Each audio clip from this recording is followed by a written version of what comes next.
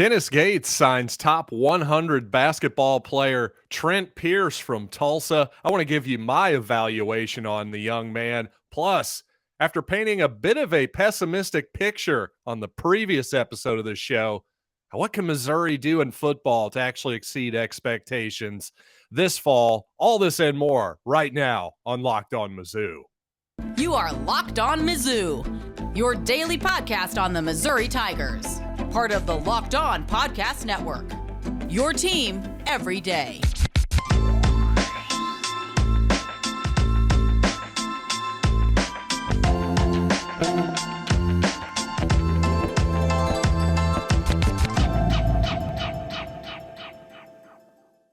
Hey, all you true sons and daughters, I'm John Miller, your Mizzou mafioso and the central scrutinizer of Missouri Tigers football and basketball, sporadically here during the offseason, but 5 days a week. Coming up August 1st, we'll be back to the daily format. I can promise you that much. But on today's program, we got tons to talk about, and let's lead with Dennis Gates getting his second high school basketball player. This time it's Tulsa's Trent Pierce, who is a very intriguing prospect, one that definitely fits the Gates Charlton Young profile that I talked at a decent bit of length yesterday about.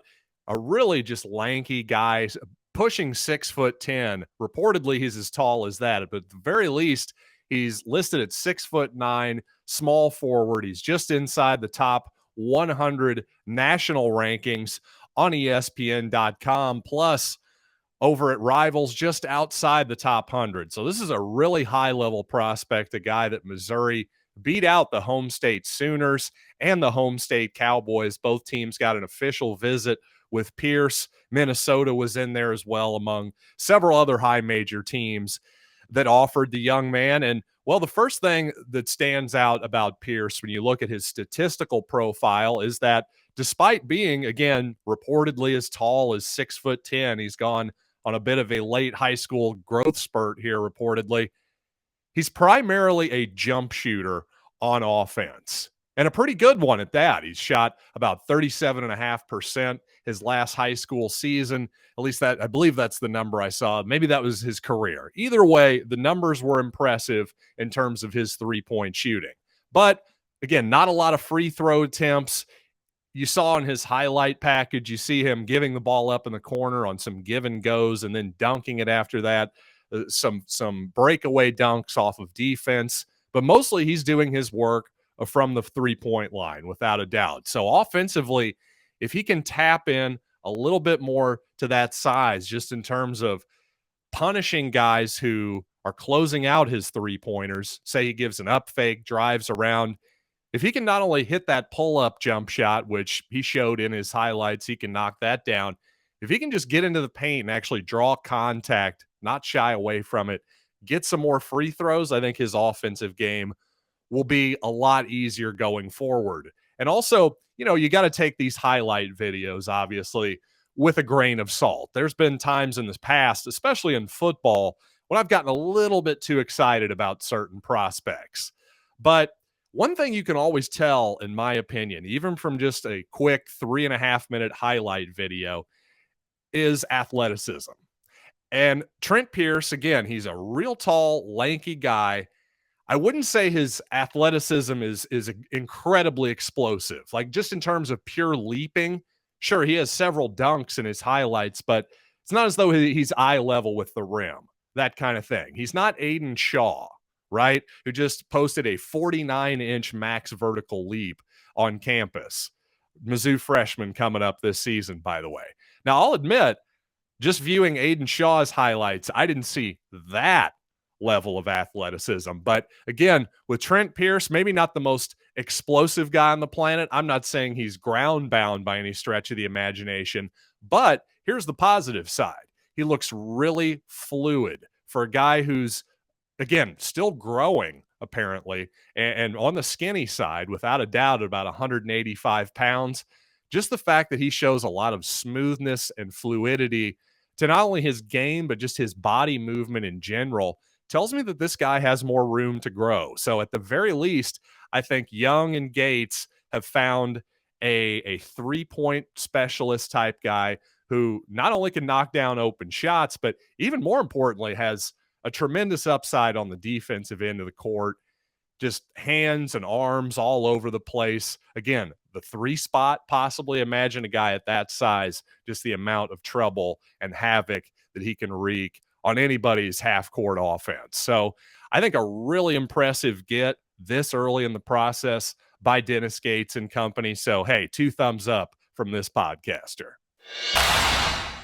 Now, obviously, Trent Pierce will not be joining the Tigers until the following season, but there are starting to be reasons for optimism just outside of Missouri Nation. If you're a Tiger fan, Joe Lunardi just recently posted his obviously incredibly early bubble watch, his bracketology, if you will. And, well, the Tigers were on the bubble, in fact. Hey, that's nice to hear. It's nice to hear that somebody nationally at least has some expectations for this team.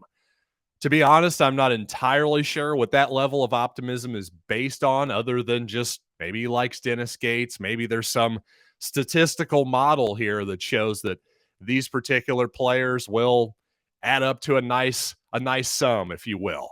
I have no idea. I'm still in the camp of I'm just not sure what to expect from this team. There's so many new parts, a new coach, new system, the whole deal. But at the same time, you can definitely squint and say, gee, there's some pretty talented forwards on this team. I talked about how obviously I liked Brazil and Brown and DeGray as forwards from last year's team. Well, obviously Brazil's gone, but if Aiden Shaw is as good as we're hoping, hey, he could maybe be a Brazil type player, possibly even better. A different type player to be sure, but at the same time, another guy with tremendous, explosive, athletic upside, and a guy who has some offensive ability too. I'd actually say Shaw has probably more offensive upside than Brazil, but regardless, I think there's some definite reasons to be optimistic about this team, especially if they can get some strong point guard play this coming season. Set up these new guys, get them into a real offense, because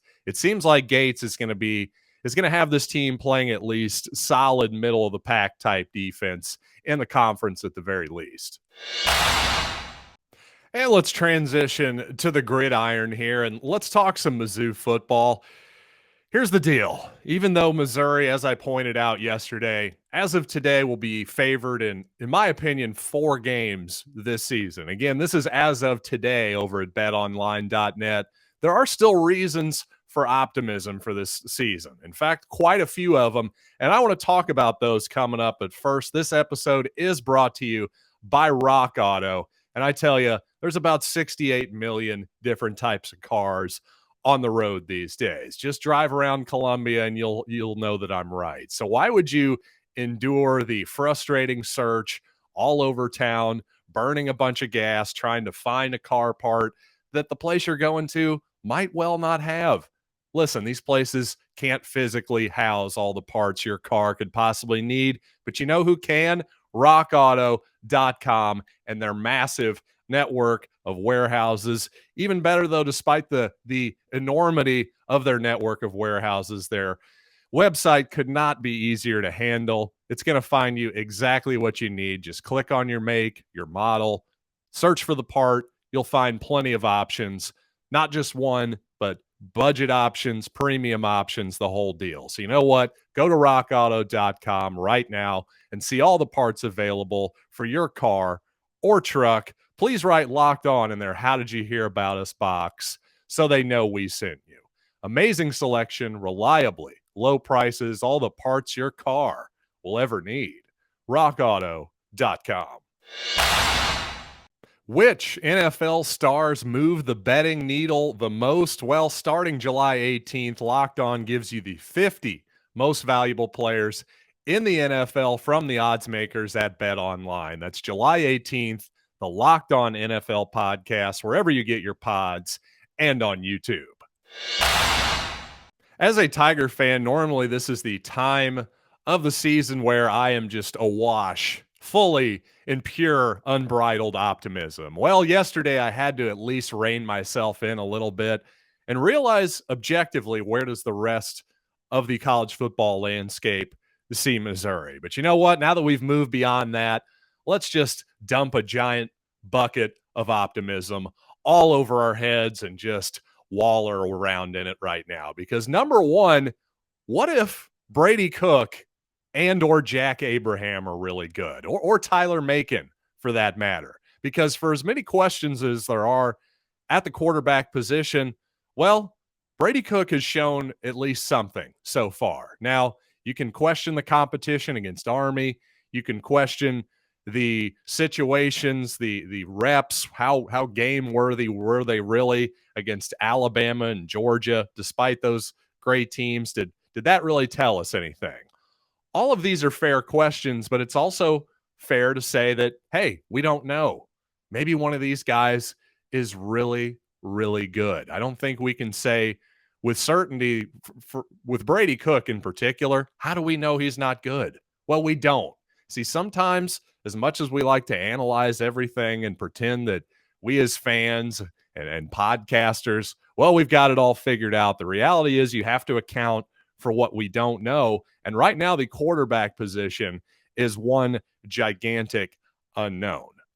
Now, speaking of unknowns, well, you'd think a true freshman wide receiver would be an unknown, right? But here's what I think I know. I think Luther Burden is going to come in and make an immediate impact for the Tigers. Like, I'm talking 1,000 yards as a receiver. I really think that if I were, again, Bet Online, I keep mentioning them, but I keep coming up with lines here. If I were going to set the over receiving yards per year, it'd have to be at least 900 or so, right? So 1,000 is not that crazy to me. Well, what if Luther Burden is even better than that? What if he's just an immediate Jameson Williams type superstar, the Alabama receiver from last year? Somebody like that. And you know what? That isn't that crazy of a concept, because guess what? There are stud wide receivers seemingly coming in to the NFL every year now. Well, they start somewhere, and it's called college football. So whether it's Justin Jefferson or Jamar Chase or CeeDee Lamb, or all these guys just keep churning them out. Who's to say that Luther Burden can't be that next guy? In fact, I'll go ahead and say it. I think there's a decent chance he is one of those guys. Not guaranteeing it by any stretch of the imagination, but my goodness, the guy's a real talent. If he puts up 1,500 yards, 15 touchdowns, that kind of season, well, suddenly you've got a superstar on your hands, and Missouri's profile goes up big time. Additionally, just talking about the passing game in general, again, whether it's Cook, whether it's Abraham, whether it's Tyler Macon, whether it's Sam Horn, quite possibly at some point in the season, regardless, Missouri has to find a way to advance the ball downfield more often, because in terms of just objectively speaking, the distance traveled from the line of scrimmage, Missouri's passes were among the lowest in the country the last couple seasons. So unfortunately, while Missouri hasn't had a ton of game-breaking wide receivers the last 2 years, well, these receivers, that is, have been forced to get so many yards after the catch. And hopefully this season, obviously the offensive line will factor into this as well, but I'm hoping whoever it is at quarterback will be able to maybe buy a little bit more time in the pocket. And regardless, Missouri has to find a way to advance the ball further downfield with the pass. I think we saw, by the way, I said further. I'm sorry, Mom, it's farther. I know, I messed it up. Sorry, folks. I had to correct myself there really quick. But obviously, Missouri can't just dink and dunk the ball all season and expect to have a good offense. Last season, in fact, Missouri's defense was an improving defense that second half was put behind the 8 ball over and over again by a Missouri offense that just, especially in the passing game, was just inept by the end of the season. And I'm sure there's more than one reason for that, but the reality is play calling had something to do with it. The design of the offense had something to do with it. Obviously, the quarterback play had a lot to do with it as well. But again, I think in the spring game, we did see Missouri make a concerted effort to push the ball downfield more with the pass. At the same time, while that gave me reasons for optimism, you got to stop yourself too, because Missouri's maybe six of their 7 or 8 most important defenders didn't even play in that scrimmage. So let's pump the brakes, but at least they're working on it. That's a good early sign. Again, I mentioned that Missouri defense and how they did improve in the second half of the season. Well, what are the keys for them coming up to continue that momentum, maybe be even better into 2022? Again, this is a real optimistic perspective. So again, let's drown in optimism for one episode of Locked On Mizzou. But first, I want to tell you about Built Bar, maybe our longest sponsor here on the Locked On Podcast Network. And guess what? This stuff is so good. The coconut brownie chunk puff. Well, it's kind of a mouthful, but guess what? You're going to have a mouthful of the amazing Built Bar, the new coconut brownie chunk. Easy for me to say. Give them to them right now. Not only are these things deliciously chewy, they're covered in 100% chocolate. But it's the best of both worlds as well, because not only are they tasty, they're good for you as well. Low cal, low sugar, high protein, and all delicious. So go to built.com, use the promo code LOCKED15, and you'll get 15% off your order. Once again, use promo code LOCKED15 at built.com. Now, defensively last season, Missouri was really two different units. It was, for lack of a more precise measurement, the first half of the year, the Tigers had more holes than your basic plot line on an episode of Days of Our Lives. But then the second half of the season, the Tigers strengthened significantly. We're coming from one of literally the worst defenses statistically in all of Division I college football to being pretty serviceable. In fact, some would even say above average if you look at certain metrics. Now, you can argue certainly that the back end of that schedule offered some softer offenses, to be sure. The Florida Gators, by the time November rolled around, wasn't a lot happening there for Emory Jones, Dan Mullen, and that side of the football. Basically, they just didn't have many answers. So, yeah, you can point to that and put that in context. At the same time, I would also maybe give the defense even a little bit more credit in the second half of the season, because the offense actually went off the rails as the season got further and further into it. So what I'm saying is it's a lot easier to play defense when your offense can actually possess the ball, move the chain a few times, give you not only time to rest, but just actually improve field position at the absolute very least. It's also easier to play defense when you're leading the ball game. That's for darn sure.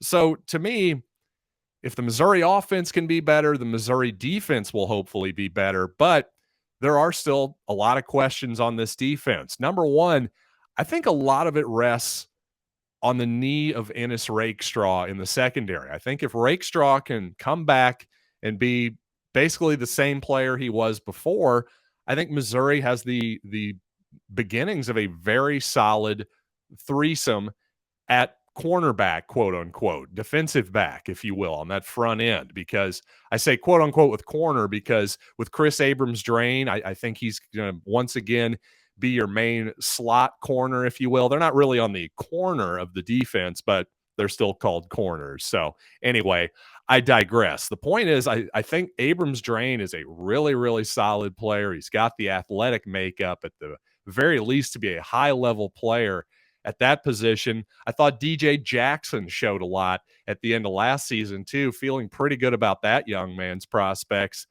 But if Rakestraw isn't ready, the corner on the other side from Jackson, I'm not really sure what the answer is. You would hope that at this point, maybe it would be a young guy, maybe Dalen Carnell, the young fella who was a former 4-star player from Indianapolis. You'd hope maybe he's ready by now. Perhaps he won't be, but more to that point, too, you'd like to see guys like Travion Ford perhaps make their way into the 2 deep, guys that were highly ranked high school players from a year or two ago. You're now starting to hope, especially if they were from the 2021, 2020 classes, you start to think, hey, maybe it's time for you to start showing your stripes a little bit. If not, if you're seeing more of the seniors, the guys who have been around the program for a while and haven't really been all that productive as of yet, that's probably a bad sign for Missouri, in fact. So you want to actually see, in my opinion, especially the second string of this defense, I'd like to see some redshirt sophomores and some redshirt freshmen in that two deep. To me, that would be a good sign. Now, obviously, the new guys need to make a big impact too. Both the Hopper brothers from Florida, in particular, Tyrone Hopper. He's the starting linebacker, I think, is going to be really important. Also, Jaden Jernigan, the defensive tackle, interior lineman from Oklahoma State, a productive player for the Cowboys. If he can be that for Missouri, hey, we need that on the interior, because beyond Jernigan, I don't know that we have a lot of trustable depth or players there. Even Darius Robinson, a guy who certainly looks the part, looks like a hell of an athlete.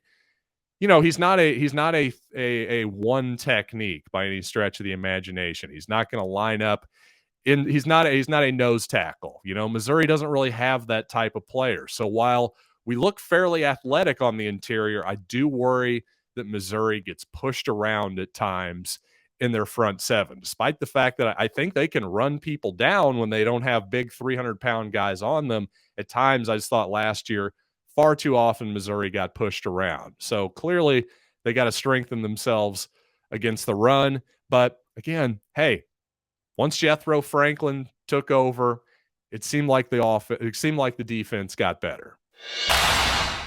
And finally, I'll save this one for last because, well, it's not the hottest take in the world. It's not the most exciting take in the world, but it may be the truest thing of anything of anything I've said so far, which is that from season to season, there are at least three huge factors that change a lot, just statistically vary so much from year to year that they're not really predictable. And yet, these are incredibly important factors in football. So if you're a Missouri fan, again, embrace the unknown. Embrace the fact that you don't know what injuries are going to look like.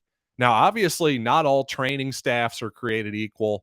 Not all athletes are created equally. But at the same time, injuries from year to year overall are really unpredictable, right? Alabama's had pretty good injury luck at times, and then at others, well, they might have won the national championship last year if they didn't have two of their top receivers go down with injury. Things happen. Now, of course, turnovers, those of us who are Missouri football fans might push back against this a little because we know that Gary Pinkel was able to statistically and consistently force more turnovers than the Tigers gave up.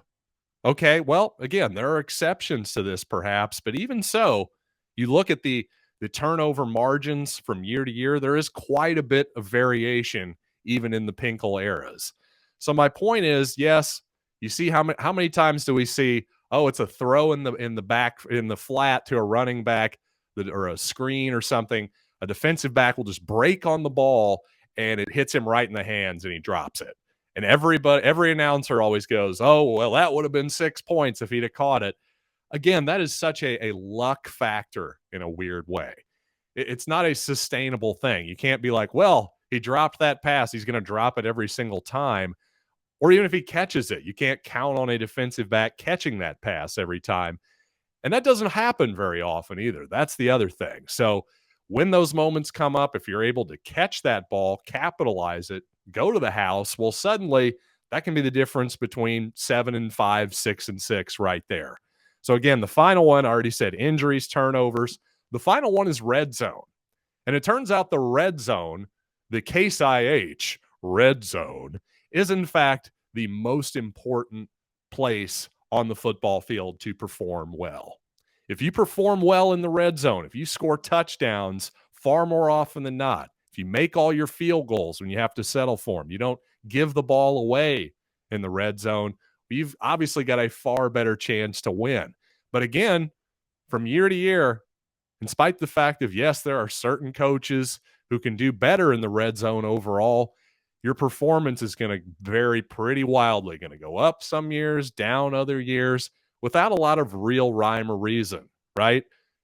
You got to remember, football, once you snap the ball, it all looks good on the chalkboard, but it's a whole bunch of chaos involving 22 different large, hungry young men. So you got to just keep all that in mind with football. A lot can happen for as much as we have expectations. A bunch of smart people over at betonline.net, various other places, they have their expectations for the Tigers. I have mine. You have yours. But my lesson today is to embrace the unknown of all seasons, in particular this 2022 football season. You know what? If you want more today of football, get more on the Southeastern Conference in particular by making Locked On SEC your second listen. Every day, Chris Gordy and the local experts of Locked On take you across the SEC in less than 30 minutes. Make Locked On SEC your second listen. That's Locked On SEC. So until next time, I'm John Miller, and this has been Locked on Mizzou.